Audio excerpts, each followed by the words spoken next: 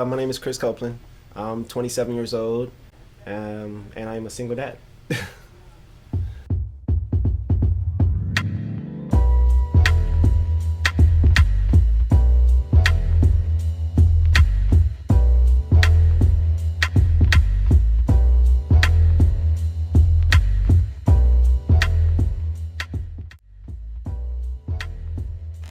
The primary qualification to being a father is being selfless. Oh, no. If you are still a selfish person or you have a lot of self needs, it's probably not what you want to do. Well, the vision is for them to be better off than I was, just like my parents were better off than they were. So I guess the vision is to have structure, safety, in this day and age. I'm letting them know what's right and wrong, the way to act, the way to treat people, and just wealth. Teaching them how to get their own, not having to depend on anybody else. My job as a father is to be a provider, to be a guide, to be a protector, to be a leader, to be an example, a model. My job as a father is huge in all those areas. To communicate life values, all those things are my job. You know, it's unlimited. And another part of my job is to love their mother. I got to love on my wife and love her the best I possibly can with all the gifts and talents that I have, because for me, it's not just one thing. It's a father and a mother. It's us together. We parent together. As a father, I expect him to be our leader, for us to make our family feel safe and to be able to trust any and all decisions that are made by him. He provides structure and just a partner, and it's like we're a team, and then it's the kids. It's no, well, if mommy said no, then I know that daddy would say yes. It's like, well, what did mommy say? So just that reinforcement, and you know, a friend, like he's not afraid to play Barbies with her. So we're just a partner in everything. So as far as being a father, as far as I'm concerned, the first thing that I want to emulate for myself is how to respect women first and foremost, because I have a daughter. So, you know, I think that the way that I treat her mom and the way that I treat her is how I think that she needs to look at what the level of respect is that a man should give a woman. So first, right off the bat, I think that that's really crucial. I expect from him to, teach her, show her. I think showing is important. What you should expect later in life, like, you know, to be around, to be respected, to be treated properly. I think respect is the key word here. My biggest job as a father, I think, is to love and take care of my family. To me, that's the number one goal, is to show them love and to look. I know my girls are someday going to grow up and they're going to find someone in life that they love outside the family, because I know that's what we do. We go out into the world and psychologically we look for our mother or our father in the people that we meet, and that ultimately becomes our family. It's a cycle that repeats itself. And so my number one job is to be the person that I know someday they're going to marry. So my goal as a father is to create a little picture of what God the Father is like. I do that imperfectly, but as far as how my sons will see me, my hope is that somehow I can be a reflection of what God is like, so that they can understand Him better and understand how loved they are. Well, I do want him to see me as being a strong black woman, especially being a single parent, father not involved. So I want him to know that I do it all out of love, that I'm strong, that I want him to eventually, hopefully, get a woman that's like his mother. So I have to make sure that I'm everything that he needs in a woman as well. Well, I hope, like, because me, I'm like a small business owner. I own a couple businesses. So I hope he just always sees me as like really an entrepreneur. Don't have to get stuck in that 9 to 5. Can really pursue his own dreams and go his own route. And just sees me as a complete hero, strong guy.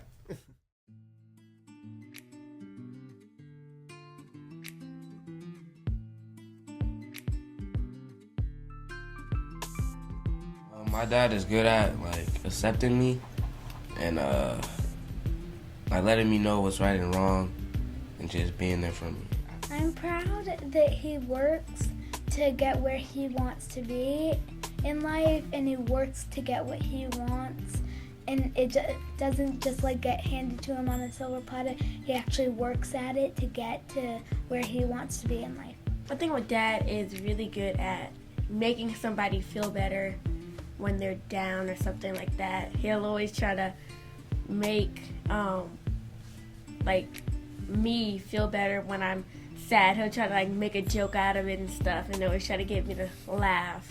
Like, he's good at being there and being supportive and like always there to make you feel better, and it's just a good role model to have. What makes me proud of my dad is that even after all the stuff that I've been through, no matter what, like, he keeps on pushing, even when it gets like at or low.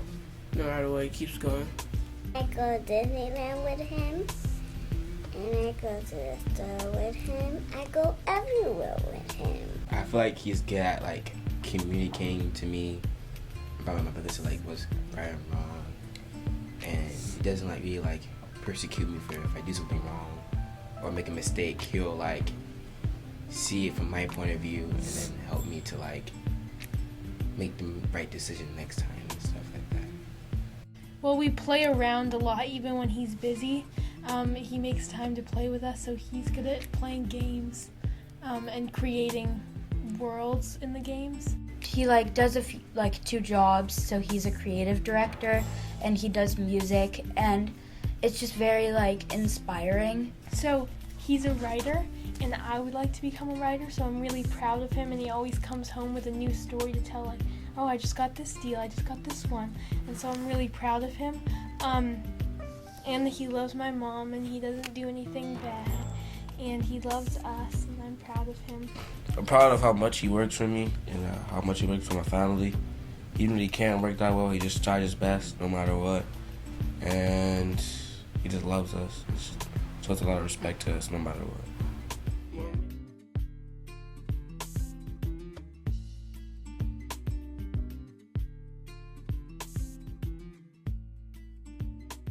So listen, we have this kind of worldview that if you look like a President Obama, no hair on your face, suit and tie, then you are the acceptable black man.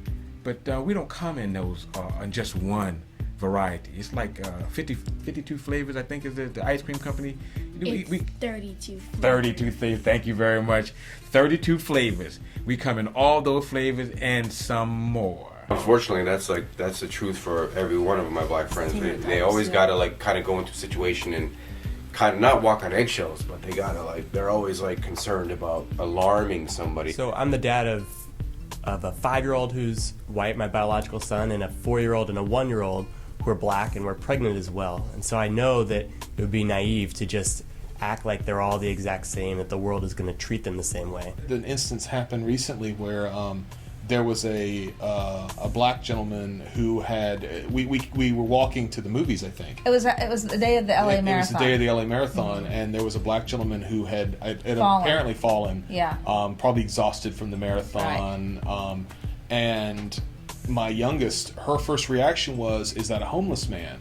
And we realized at first we thought, oh wow, is that sort of a racial? Is she making a racial? And we thought about it later, and we realized it's all about experience. And her only experience of police cars and ambulances helping somebody, like in her, because she's only 10 years old, her only experience of that has been in Santa Monica, where there's a homeless person that is passed out on the street. Or so at first we were like, but we used it as a learning moment. We used it as a teaching moment to let her know that.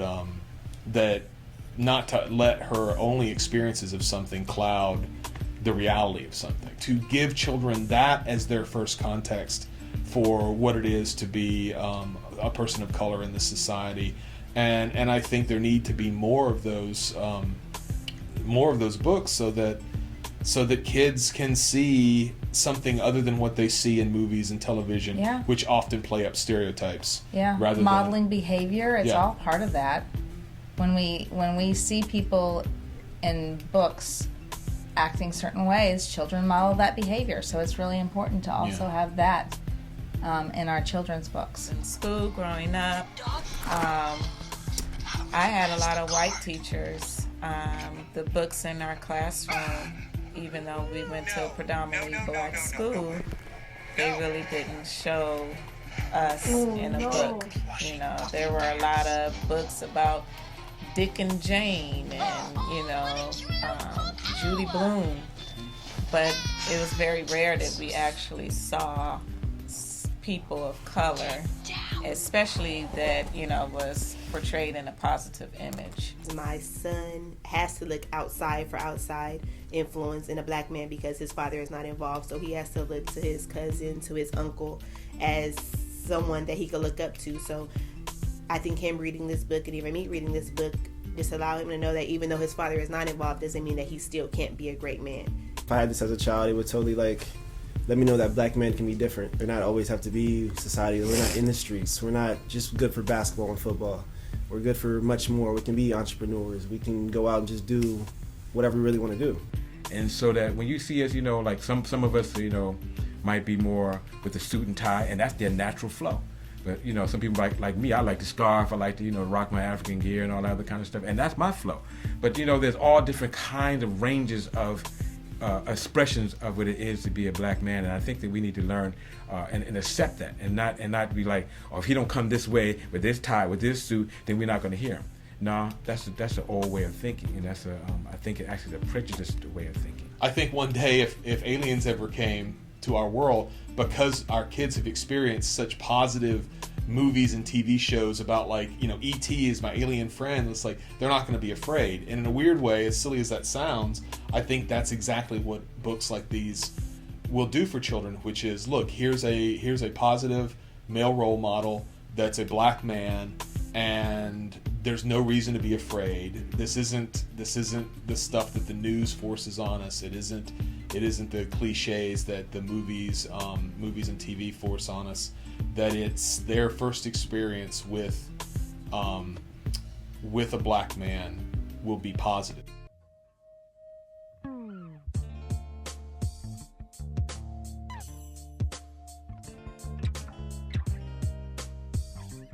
If you think about the purchase of books, majority of the times the parents are the ones who buys the books for the kids.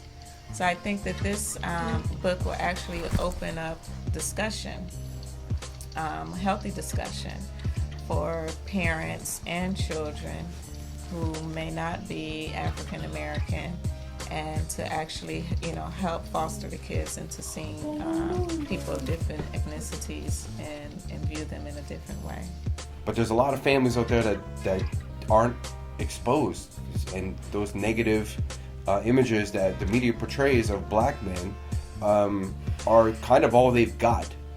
So a book like this is crucial, and to Maria's point, it isn't just about the kids getting the book, it's really about the parents. And what's interesting is when I was a kid, I think some of the kids' books I had, like the Dr. Seuss books, they talked about race and they talked about religion and culture, but they always talked about it in a very sort of allegorical way. Like they would have characters like the yellow Frimpen-Fromps don't get along with the blue whatevers. And I think that imparted the ideas to some degree, but I think we have to be a bit more on the nose about it today. I think we really have to teach our kids what's going on in the world. We shouldn't hide from it. We have to teach them this is the way the world is, and this is what's wrong with the world, and these are the measures that we need to actively take to change that.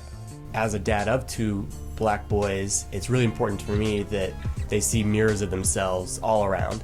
One of the ways we're trying to do that is reading books every night that involve protagonists that are black or characters that are black. Those places where they feel like they're not alone or singled out, because realistically that's probably always going to be a challenge, feeling 1 foot in and 1 foot out of both sides.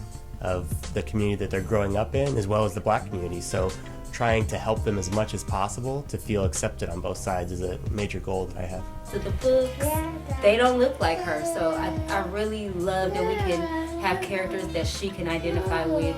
She can see her skin color, her hair, texture, and then they can do amazing things in these books. I'm so happy that Tanae has added this book to the corpus of books that I would share with my children, because it deals with some very serious issues.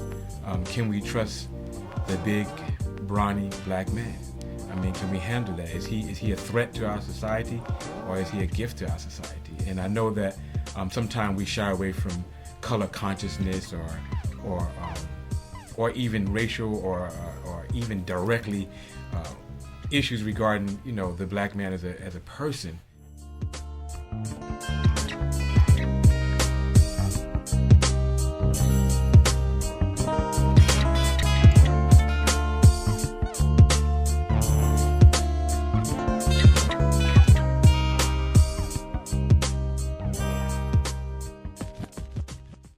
So The Adventures of Coach and Little Dell is a 6-book series focusing on exposing children of diverse backgrounds to strong Black male figures before they can build prejudice or stereotypes. First, obviously, I would start with myself as a woman of color, being married to a man of color, that there is a huge world who looks at him and says, oh my God, he's 6'3", dark-skinned, and possibly a threat. When in actuality, he's the complete opposite. He's a gentle giant. So I initially wrote this book, this documentary, this promo, so that I could expose the world to an authentic version of a Black man versus what we see in the media. Some people march, some people protest, some people yell, some people sing. I write. So I'm writing injustice, hoping that they'll become justice. I'm righting wrongs, hoping that they will, that they'll become rights. I'm using my gifts and my talents to leave an impression on the world. And I feel like one particular demographic is the Black man. He's been villainized, and I want to advocate for him, and I want my non-Black allies to join me.